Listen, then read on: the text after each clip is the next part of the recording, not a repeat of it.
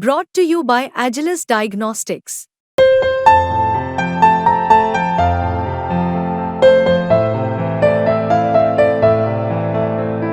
Agilus Diagnostics. नमस्कार, बिस्तक के इस खास शो में आप सभी का स्वागत है। मेरा नाम है ईशा मालवी। आज हम देश के सबसे बड़े बैंक एचडीएफसी बैंक के बारे में बात करेंगे और एचडीएफसी बैंक ने एक इन्फॉर्मेशन जो अपने कस्टमर्स के लिए बाहर जारी की है उसके बारे में डिस्कस करेंगे। तो आखिर जो एचडीएफसी के कस्टमर्स हैं उनके लिए क्या बड़ी खबर निकल कर सामने आई है, उसकी तमाम जानकारी देने के लिए हमारे साथ मौजूद है प्रवीण सर। सर, आपका बहुत बहुत स्वागत है। सर, एचडीएफसी ने एक इन्फॉर्मेशन अपने कस्टमर्स के लिए जारी की है जिसमें उन्होंने कहा है कि अगले दिन मतलब कल जो है शनिवार को करीबन 14 घंटे के लिए बैंक जो है वो उसकी सर्विसेज जो है वो थोड़ी सी खस्ता हालत में रहेगी, डिसरप्टेड रहेगी। तो सर, पूरा मामला क्या है, एक बार दर्शकों को असल में एचडीएफसी का डाउन टाइम कल उन्होंने उसका ऐलान किया है। सिस्टम अपग्रेड करना चाहते हैं वो अपना, और उसमें फास्ट करना चाहते हैं पूरी प्रोसेस को। प्लस क्या है, ट्रैफिक वॉल्यूम बहुत ज़्यादा होता तो चीज़ें स्लो होती हैं, हैंग होती हैं, उस सब को वो इम्प्रूव करना चाहते हैं। इसके लिए कल 13.5 घंटे सुबह 3 बजे से लेकर शाम को 4:30 बजे तक एचडीएफसी बैंक की बहुत सारी सर्विसेज बंद रहेंगी। बहुत बड़े संख्या में एचडीएफसी बैंक के कस्टमर्स हैं और उन पर तगड़ा इम्पैक्ट कल पड़ सकता है। खुद एचडीएफसी बैंक ने जो अपने एडवाइजरी एक तरह से हम उसको कह सकते हैं जारी की है, उसमें उन्होंने कहा है कि आप आज ही अपने सारे कामकाज निपटा लीजिए। शाम को 7:30 बजे तक कैश अगर आपको नकदी निकालनी है तो 7:30 बजे तक एटीएम से निकाल के आप अपने पास रख लीजिए। कुछ फंड ट्रांसफर वगैरह अगर आपको करने हैं तो वो भी आज ही प्लान कर लीजिए, उनको आज ही कर लीजिए, क्योंकि कल बड़ी दिक्कत का सामना न केवल कस्टमर्स को करना पड़ेगा, आम ग्राहक हैं, बल्कि जो बिजनेस रिलेटेड क्लाइंट्स हैं उनके लिए भी एक बड़ी प्रॉब्लम कल होने वाली है। बिल्कुल, क्योंकि हम जानते हैं कि एचडीएफसी सबसे बड़ा बैंक है देश का, लगभग 10 करोड़ कस्टमर्स हैं एचडीएफसी बैंक के। तो ऐसे में जो कंपनी ने एडवाइजरी जारी की है अपने कस्टमर्स के लिए, उसमें आगे क्या क्या बताया गया है, कौन सी सर्विसेज है जो एचडीएफसी बैंक की शनिवार को जो बाधित रहेगी या आपको पार्शियली यूज करने को मिलेगी, उसके बारे में हम जानकारी लेंगे सर से।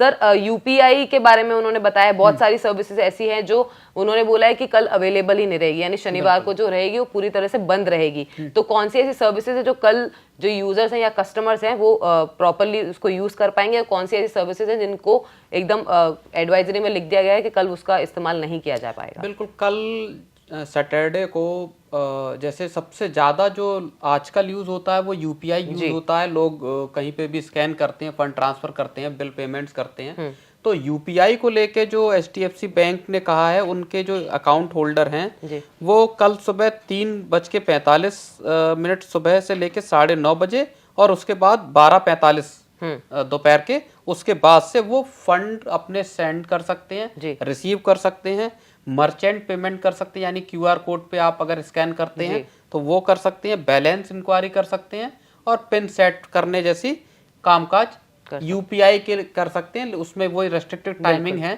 तो उसके अकॉर्डिंग आप ये कर सकते हैं।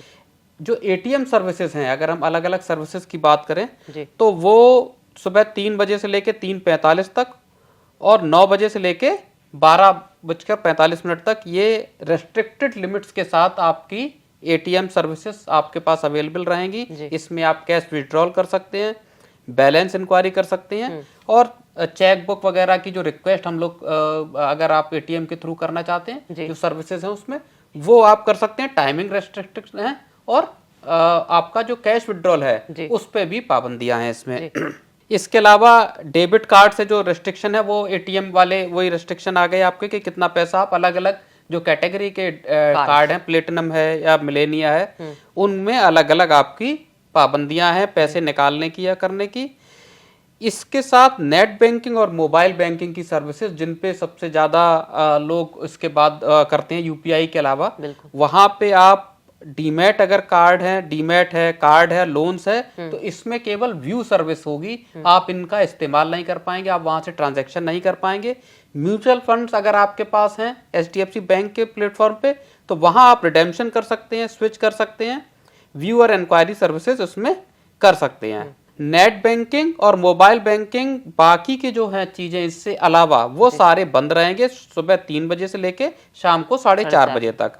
आईएमपीएस भी अवेलेबल नहीं रहेगा इसमें। इसके अलावा आरटीजीएस, एनईएफटी ये भी आपके अवेलेबल नहीं रहेंगे कल।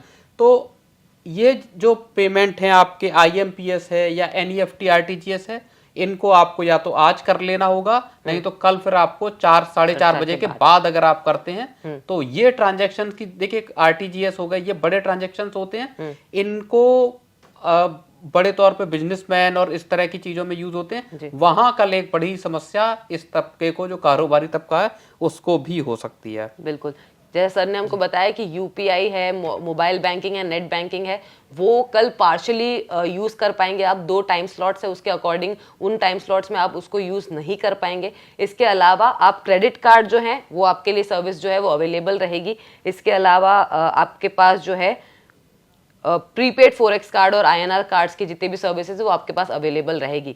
अब ये भी जानने वाली बात है कि कल महीने का जो है दूसरा शनिवार है और इसीलिए HDFC बैंक ने इसको चुना है क्योंकि कल छुट्टी रहेगी और जो जितने भी बैंकिंग के या पेमेंट की सर्विसेज है उसमें ज़्यादा बाधा ना हो, इसलिए इस दिन को चुना गया है, शनिवार को खास तौर पे। हम यहाँ पे सर से ये भी समझेंगे कि बार बार जो ये बैंक्स है वो अपने सिस्टम को अपग्रेड करने के लिए जो इतने कुछ घंटों के लिए जो है अपनी सर्विसेज क्यों बंद करती है, तो इसके बारे में सर से बात करेंगे। साथ ही इसका इम्पैक्ट कस्टमर्स पे क्या होता है वो भी जानने की कोशिश करेंगे। देखिए ईशा, भारतीय जो बैंकिंग सेक्टर है इसमें ये ऐसा बहुत बार दिखाई देता है। आप अलग अलग बैंक्स को उठा लीजिए और HDFC बैंक की अगर हम बात करें तो सबसे ज्यादा जो डाउन टाइम है, सबसे ज्यादा जो सर्विसेज का इंटरप्शन है वो HDFC बैंक में होता है। अभी मुझे याद आ रहा है जून में भी हुआ था जब उन्होंने अपने सिस्टम को अपग्रेड करने के लिए सर्विसेज को होल्ड किया था।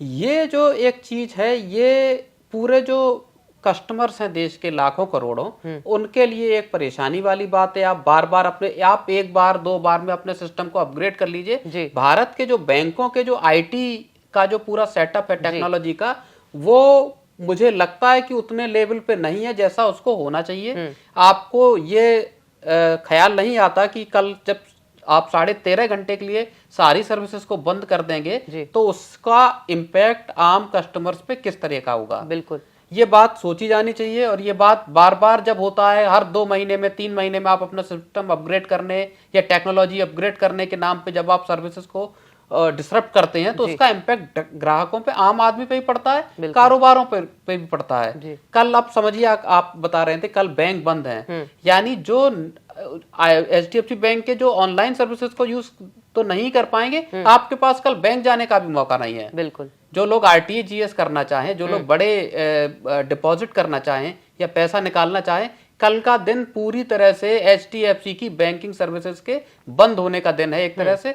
और ये एक बड़ी, कोई बहुत अच्छी स्थिति नहीं है। भारतीय बैंकिंग सेक्टर की बात करें, HDFC बैंक सबसे बड़े बैंक्स में है, उसकी अगर हम बात करें तो आपको जो काम करने चाहिए वो इस तरह से होने चाहिए जहां पे कस्टमर्स का इंटरप्शन कम से कम हो। बिल्कुल बिल्कुल, जिस हिसाब से HDFC बैंक का यूजर बेस है या कस्टमर बेस है, देश के बाकी बैंक्स के भी कस्टमर बेस काफी स्ट्रांग है, तो इस हिसाब से उनको ये तैयारियां पहले से ही रखनी चाहिए कि उनके कस्टमर्स को जो है ज्यादा परेशानियां ना झेलनी पड़े। अगर वो अपनी सेवाएं एक बार में या फिर अपनी सर्विसेज को एक साथ में अपग्रेड कर दे तो वो कस्टमर्स के लिए और बिजनेस कस्टमर्स हैं उनके लिए भी एक राहत भरी खबर हो सकती है, क्योंकि बार बार ऐसा करने से मुझे लगता है कि इस मामले में RBI को खुद भी एक दखल देना चाहिए। RBI ने, जहां तक मुझे याद आ रहा है, बैंकों को इस बाबत बोला भी था पहले, उनको चेतावनी भी दी थी, लेकिन बैंकों में सिचुएशन वही है कि आप अपने सिस्टम कभी टेक्नोलॉजी अपग्रेड करने,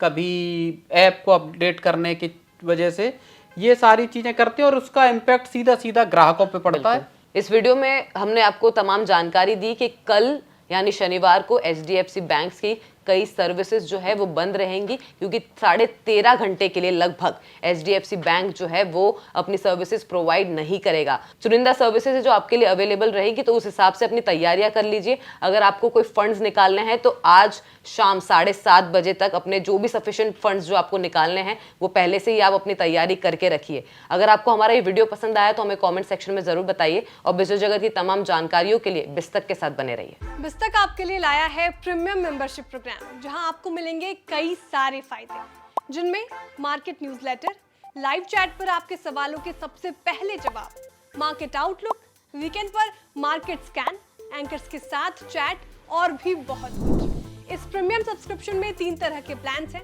सिल्वर, गोल्ड और प्लैटिनम, जिनकी शुरुआत मात्र 159 रुपए महीने से होती है। इससे जुड़ना भी बेहद आसान है। बिस्तक के YouTube चैनल पर जाएं, ज्वाइन बटन पर क्लिक करें और अपना प्लान सिलेक्ट करें। बस बन गए आप हमारे प्रीमियम मेंबर।